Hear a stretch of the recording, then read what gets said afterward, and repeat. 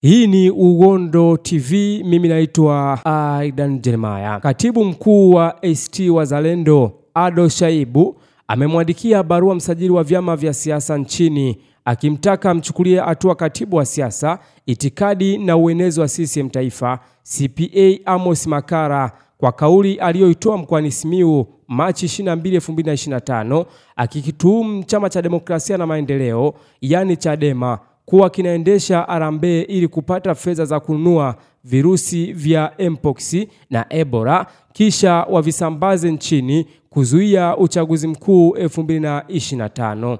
Kupitia barua hiyo ambayo IOTV imethibitisha kuwa imeandikwa na KM huyo wa ACT, Ado amenukuliwa akisema, "Ninakuandikia barua hii kwa dhamana yako ya kusimamia utekelezaji wa sheria na kanuni za vyama vya siasa kwa mujibu wa kifungu cha 5G cha kanuni za maadili ya vyama vya siasa za mwaka 2019.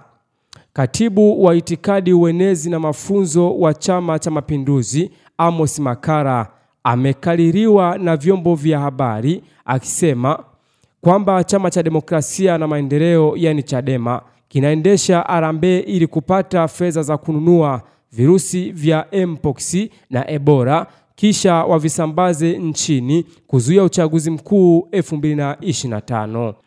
Kwa maoni ya ACT Wazalendo, kauli hii ni ya kizembe yani reckless, isiyo na msingi yani baseless na inayolenga kuzuia taharuki kwa jamii. Kauli hii istafasiriwe kuwa ni kauli ya hujuma kwa Chadema pekee, bali ni kauli ya hujuma kwa nchi, kitaswira na kiuchumi.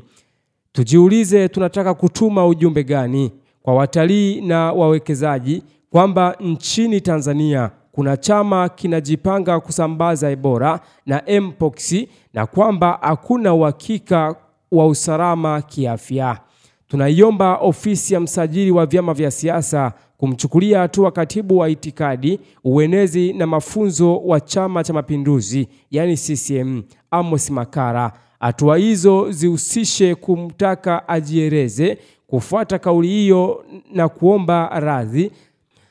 Tunaiomba ofisi ya msajili wa vyama vya siasa kumchukulia hatua katibu wa itikadi, uenezi na mafunzo wa Chama cha Mapinduzi yani CCM Amos Makalla. Hatua hizo zihusishe kumtaka ajieleze, kufuatia kauli hiyo na kuomba radhi hadharani. Ofisi ya msajili wa vyama vya siasa inaweza kuchukua hatua nyingine za ziada inavyoona inafaa kwa mujibu wa sheria ya vyama vya siasa.